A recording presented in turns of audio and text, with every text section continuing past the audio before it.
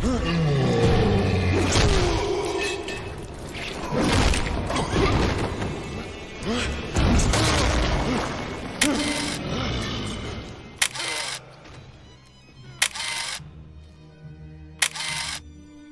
Big Daddy is one of the most imposing and powerful brutes that Jack will have to contend with during the events of the game BioShock. Born from the brilliance of Dr. SuChong, these behemoths would initially be designed as laborers suited to perform the routine tasks conducive to an underwater environment. As such, they would be outfitted with modified diving suits and applicable gear, but in the end, these deep-sea repairs would become periphery as Adam began to dominate the city. A shifting in necessity, seeing them instead become the muscle that would protect the vulnerable atom gatherers' little sisters.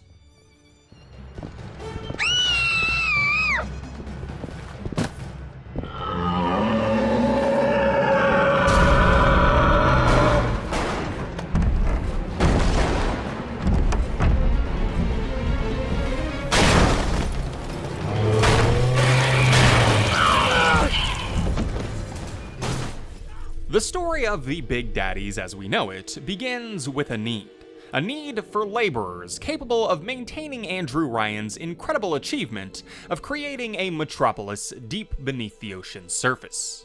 Ryan's city was a marvel, but in such an inhospitable environment, upkeep was essential yet dangerous. Constant repairs needed to be addressed at depths that were nearly impossible to traverse, and so specialized diving kits were prepared to allow for these tasks to be completed.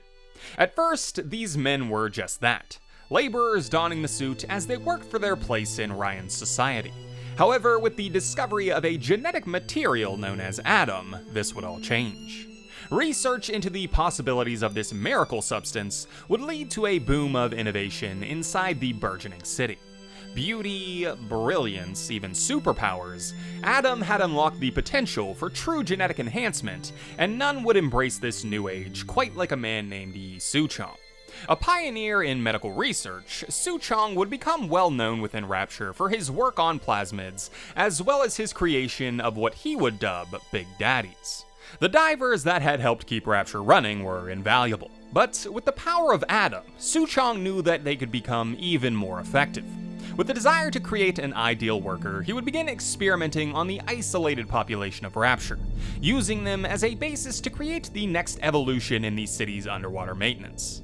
With the power of Adam, he would make them stronger, make them more durable, but perhaps more importantly, he would make them malleable, drowning out any semblance of their former lives as he conditioned them to only know the life as a Big Daddy.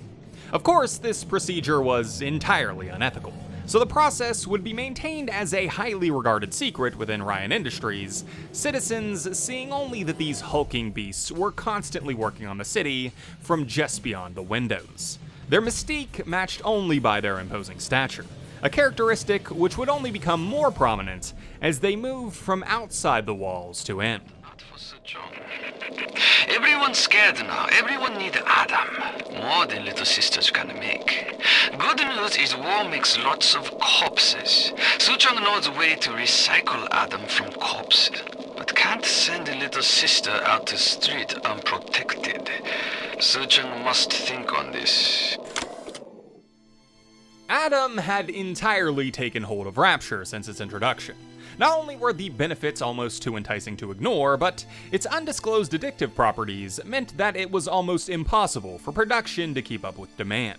Meanwhile, a civil war had been brewing as a rebel named Atlas had initiated attempts to overthrow Ryan, the carnage of the clash apparent as bodies began to fill the streets. Ever the opportunist, SuChong would find a way to turn even this wanton destruction into yet another lucrative business venture.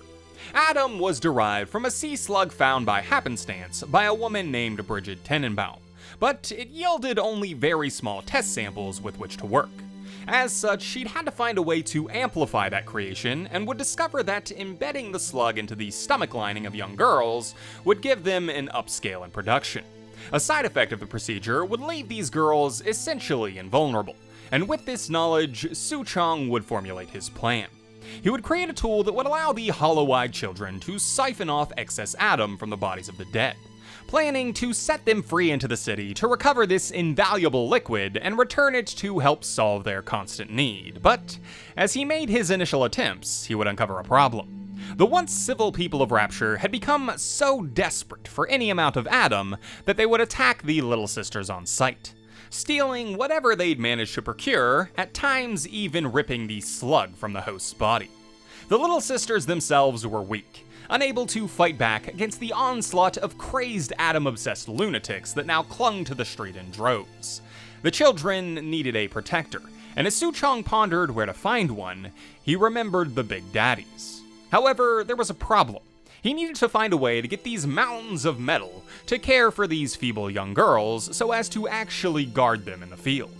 The first headway in this endeavor would come from a man named Gilbert Alexander, who worked for Fontaine Futuristics at the time of Ryan's control. Alexander would come up with a series of harsh mental and physical restraints that would tie Big Daddies to Little Sisters using what he would dub the pair bond.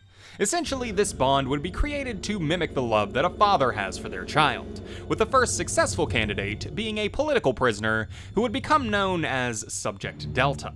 As they would replicate the success and create more of this new Alpha series, however, another issue would make itself known. While the Alphas provided significant protection for the sisters, their overwatch wasn't absolute. There would be times when a little sister would be taken from their guardian, or even outright killed via slug removal, and when that happened, it would send the Big Daddies into an all-encompassing rage, attacking all who were unfortunate enough to be within range. These problems, along with the fact that the pair bond could only tie one daddy to one sister, would eventually spell the end of this line as the task fell back to Dr. SuChong. Unfortunately, this time, he was at a loss for a solution. Through a rift in space and time itself, he would manage to get into contact with a man named Jeremiah Fink, who was looking for a similar sort of protection bond, but in the end their correspondence would bear no fruit in this venture. Frustrated, he would continue to sink deeper and deeper into his own mind for a solution. The pair should be symbiotic. The type of atom secreted from the bodies of the Little Sisters was the only kind that was a match to aid the Big Daddies, but despite the pieces being there, he couldn't put them together.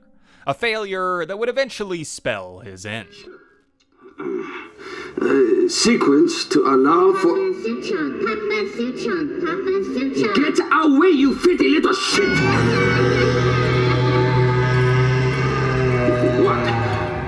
What are you doing?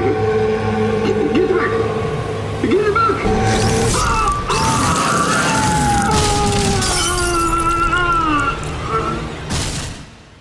Through the meddling of a third party, a bond would be created. Little Sisters would provide the atom for the Big Daddies, and they in turn would provide protection. Pheromones being implemented to break the ice, as in the beginning, the imposing stature of the Daddies would frighten the children. Despite SuChong's passing, his legacy lived on through his creations, and in time, this new symbiotic pairing would become a staple in everyday life around the submerged city, much to the chagrin of many of its citizens. The war between Atlas and Ryan would begin to totally engulf Rapture, and as the bodies became ever more prevalent, so too did Big Daddies and Little Sisters. Upgrades and variations for the behemoths would be worked on, as the ravenous desire by splicers for the smallest bit of atom would compel them to attack and even occasionally kill the bonded pairs. Yet, even as the city crumbled around them, and even as everyone involved in their creation perished, these soul-bonded duos would trudge on. Slaves to the programming of men, long since lost to the dreams of this once great city. Big Daddies are some of the most interesting and tragic beasts that can be found wandering the decaying halls of Rapture. Massive amalgams of metal and modification, these beasts would be created as a means to an end, subjected to the loss of their humanity to become the unresting workers that sustain this impossible place against the harshest of environments, only to be repurposed as the city began to value Adam even above its own sanctity. The Big Daddies are the casualties of Rapture, unfortunate souls used to grease the gears of progress, lost to the whims of the city, and taught to give their lives for the sake of its addiction. Look, Mr. Bubbles, it's an angel. I can see light coming from his belly. Wait a minute. He's still breathing. It's all right. I know he'll be an angel